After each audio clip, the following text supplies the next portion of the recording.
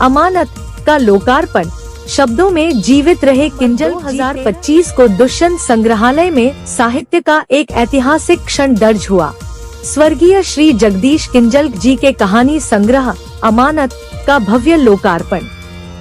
यह केवल एक पुस्तक विमोचन नहीं था, बल्कि एक संवेदनशील लेखक की स्मृति को समाज के हृदय में पुनः स्थापित करने का प्रयास। कार्यक्रम की अध्यक्षता श्री मनोज श्रीवास्तव ने की, जिन्होंने कहा, किंजल जी की कहानियाँ आज भी उतनी ही प्रासंगिक हैं, जितनी अपने समय में थी। उन्होंने बंटवारे की त्रासदी को जिस तरह उकेरा, वैसा साहस आज के साहित्य में दुर्लभ है। मुख्य अतिथि श्री मुकेश वर्मा ने उन्हें एक सफल कहानीकार, जिनकी लेखनी हर विधा में बोलती थी, कहकर श्रद्धांजलि दी। विशिष्ट अतिथि श्री शशांक ने सुझाव दिया कि किंजल जी की चर्चित परिचर्चाओं को भी प्रकाशित किया जाए, क्योंकि वे आज भी समाज को आईना दिखाने का कार्य करती हैं।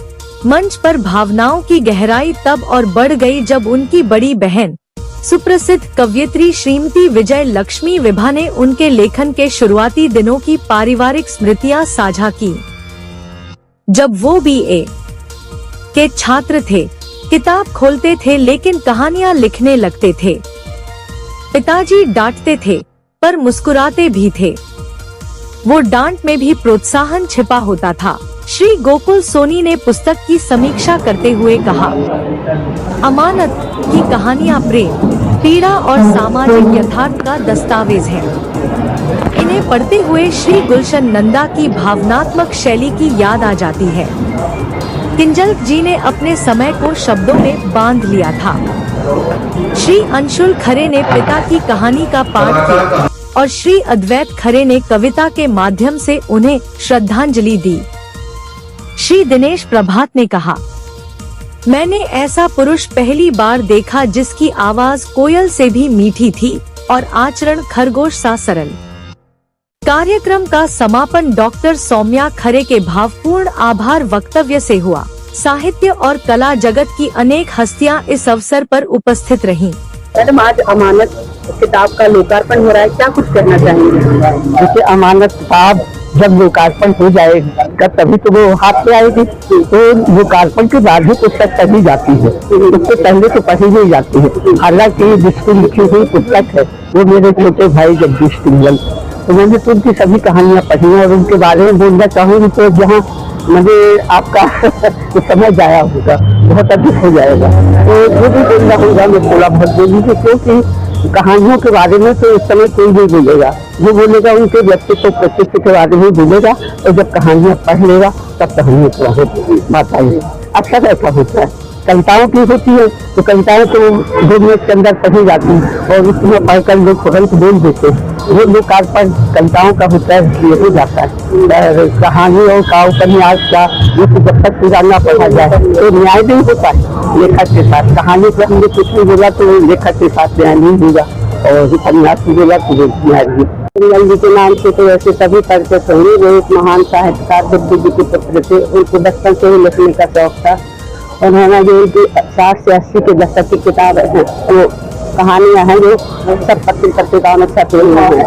तो मैं जहाँ भी जाती थी तो सब साहित्यकार पूछते थे जो किंजल जी आप किताब कब आएगी, तो वो कहते थे कि जैसे मैंने अपने पिताजी की किताब धरोहर को सहेजा है, मेरे बच्चे को भी लगन होगी तो वो भी मेरी किताब मतलब मेरी साहित्य को आगे लाएंगे। आज उनका सपना साकार करने के लिए मैंने उनका सपना साकार करने की अमानत के रूप में पुस्तक सब पाठकों के लिए लेके आई हूँ। इसमें आपके बच्चे का कितना योगदान रहा? पूरा बच्चे के बिना योगदान के तो मैं अकेले नहीं कर सकती थी। बच्चे ने पूरा सहयोग दिया, परिवार का वो पूरा सहयोग दिया, मेहमान का, बेटी का, बहू का, सबका साथ है, सभी तो मैं इस तरह का प्रोग्राम कर पाई। और आप सब लोगों का भी सहयोग है जो मेरे फोन पर या मतलब मिलने से सब लोग चले आए, उनका भी मैं सबसे ज्यादा आभार व्यक्त करती हूँ। देखा जाए तो किंजल जी का सपना पूरा हुआ है उनका। जो यहाँ होंगे वो देख रहे होंगे कि आज मेरे बच्चे भी मेरा सपना पूरा कर रहे हैं, और जो अपना आशीर्वाद हम सब पे बनाए रहे। हमारे बड़े भाई परम आदरणीय हम लोगों के प्रेरणा स्रोत रहे जगदीश किंजल जी की आज उनका सपना साकार करने के लिए हम पूरे परिवारजन और यहाँ भोपाल के जितने प्रबुद्ध साहित्यकारों का एक सलाम हमने यहाँ पर इकट्ठा किया है। सब लोग आज उनके बारे में निश्चित रूप से उनको परिचर्चा सम्राट के नाम से जाना जाता था। उन्होंने इतनी किताबें चाहे गद्य में हो, चाहे पद्य में हो, चाहे व्यंग्य में हो, इतनी उन्होंने कार्य किया। इसके साथ चित्रकारी भी बहुत अच्छी करते थे और मूल रूप से हम लोग अजय पन्ना जिला के ऐतिहासिक जिला है उसके रहने वाले हैं। और हमारे ताऊ माने किंजल जी के पिता अंबिका प्रसाद देव जी जो इनके ऊपर करीब अनेकों लोगों ने PhD की और बहुत ही विद्वता के साथ उन्होंने अपना जीवन दिया।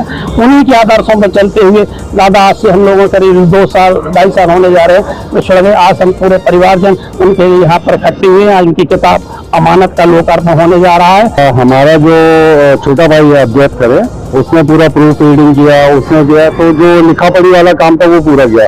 बाहरी जो काम था जैसे किसी से मिलने जाना वो करना वो सारा कुछ मैंने देखा और सोम्या ने मतलब जो लिखा पढ़ी वाला है इसने सहयोग किया। तो ऐसे मिल बांट के हम लोगों ने काम किया, जो जिस काम में अच्छा है तो हम लोगों ने वैसे वैसे काम बांट लिया था और उस हिसाब से सारा काम किया। आज की युवा पीढ़ी के लिए आप लोग एक प्रेरणा स्रोत है।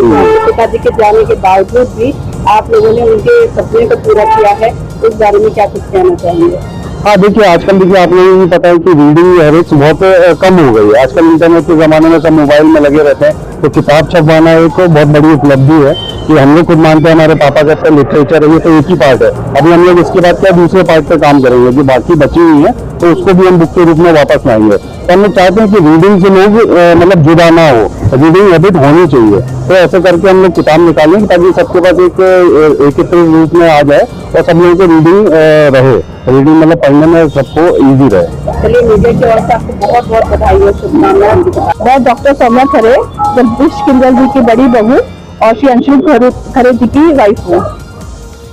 आज पुस्तक का लोकार्पण हुआ है, क्या कुछ कहना चाहिए? आज का दिन हमारे लिए बहुत ही महत्वपूर्ण और ऐतिहासिक दिन है। आज मेरे ससुर जी की बुक का विमोचन होने जा रहा है और अमानत एक ऐसी पुस्तक है जो हमारे लिए एक अमानत ही है। हमारे पिताजी ने इतनी सारी कहानियां लिखी, इतनी सारी उनकी पत्रिकाएं और न्यूज़पेपर में बहुत सारे उनके आर्टिकल्स आए। उनमें से हम लोग ने कुछ चुनिंदा कहानियों को हम लोग अमानत के रूप में अपने श्रोतागण के सामने प्रस्तुत कर रहे हैं। क्या पाठकों को आपकी ओर से संदेश है? मैं पाठकों को यही निवेदन करूंगी कि अमानत को आप लोग पढ़ें और उस कहानी की गहराई से उस लेखक की भावनाओं को, उनकी संवेदनशीलता को समझें और अपने विचारों को हम लोग के साथ शेयर करें। ये बुक और कहाँ अवेलेबल हो पाएगी? ये बुक अभी हम लोग के थ्रू अवेलेबल है और बहुत जल्दी हम लोग इसको अमेजोन में, फ्लिपकार्ट पे और सोशल मीडिया में इसको हम लोग प्रोवाइड कराएंगे। और अभी हम लोग इस पे और काम करेंगे। अभी तो हम लोग ने सिर्फ एक कहानी का संग्रह ही प्रस्तुत किया है। अभी हमारे पिताजी की बहुत सारी चित्रकार है और बहुत सारे उनके अनेकों उनके परिचर्चाओं का जिक्र है, वो भी हम लोग अपने माध्यम से, अपने टीम के माध्यम से आप लोग के सामने प्रस्तुत करेंगे। अपना परिचय दीजिएगा। मेरा नाम विधि राय खरे है। मैं श्री अद्वैत खरे की पत्नी हूँ एंड किंजल जी, स्वर्गीय किंजल जी की पुत्रवधू हूँ। अद्वैत जी का एक बहुत बड़ा सहयोग इस पुस्तक को लेकर रहा है, क्या कुछ कहना चाहेंगे? पहले मैं 4 पंक्तियां कहना चाहूंगी जो आज लोकार्पण के अवसर पर हमारे भावुक होकर हम लोगों ने लिखी हुई है। कहानियाँ कभी मरती नहीं है, कहानियाँ कभी मरती नहीं है, ये पीढ़ी दर पीढ़ी चलती रहती हैं, ये पीढ़ी दर पीढ़ी चलती रहती हैं और जब इन्हें सहेज के रखा जाए तो वह अमानत बन जाती है। एंड पापा जी के लिए मैं कहना चाहूंगी कि ये पुस्तक पापा जी की खुद कहानियां प्रकाशित जो संकलन है, जैसे कि इसकी भूमिका से भी उल्लेख है, उन्होंने अपने जीवन का अधिकांश समय साहित्य की सेवा और पारिवारिक समाज को भी लेकर गतिविधि को समर्पित किया है। मेरा नाम अभिषेक वर्मा है, मैं किंजल जी का जमात हूँ। आज पुस्तक का लोकार्पण हुआ है, क्या कुछ कहना चाहेंगे आपकी ओर से? देखिए, ये पुस्तक जो है परिवार के पास एक अमानत थी। उनकी ऐसी कथाएं जो कि शायद अभी तक पब्लिश नहीं हुई थी, तो परिवार ने ये बात को समझा कि इसका लोकार्पण करना चाहिए। किंजल जी की जो शख्सियत है वो इतनी महान थी कि अगर ये हमारे पास ही रह जाती, परिवार के पास ही रह जाती, तो ये शायद गलत होता। तो इसीलिए परिवार ने इस बात को समझा और हमने जितनी भी कहानियां उनकी प्रकाशित नहीं हुई थी, वो सारी कहानियों को एकजुट करके इस पुस्तक के रूप में वो किया है। ये आज की डेट में जो पूरी की पूरी जनता है उसको समर्पित है। ये शायद आखिरी पुस्तक है जो कि इनकी है और इससे किंजल जी का व्यक्तित्व और भी निखर के सामने आएगा और पीढ़ियों तक लोग याद